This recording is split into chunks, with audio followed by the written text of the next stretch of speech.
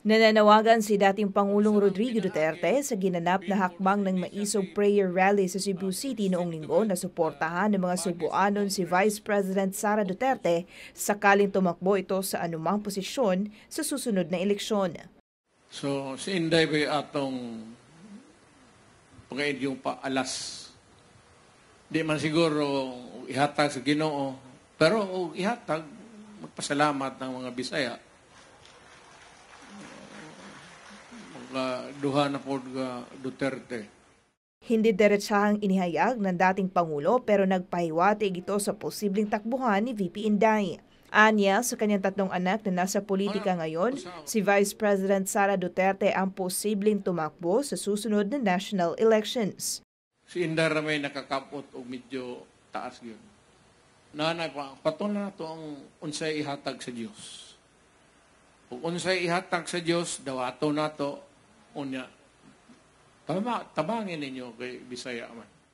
Samantala, nagsalita naman ang dating Pangulo sa gitna ng mainit na usapin sa isinusulong na charter change.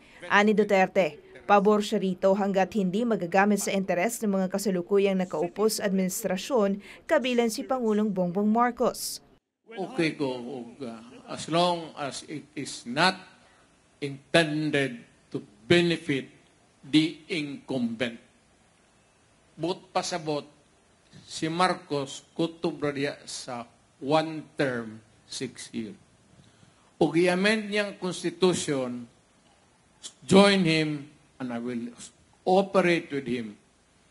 But dili na applicable sa iya. Because ug iyang i-amend ang constitution para na makadagan sa usab, mo na nay problema. So he was elected under a constitution for one term for 6 years. So be it. Diya para kutob. Niya ako, kay niya maning proposal nga i-amend ang constitution. Okay ko. Wala problema. There's really no problem. You do not have to convince him of anything. Except that it should not be a right for those who are incumbents, including the President. Ang hakbang ng Maisog Prayer Rally ay unang isinagawa sa Davao City bilang panawagan na itigil ang umano'y pamumunmod ng pera ng taong bayan kapalit ang perma para sa People's Initiative.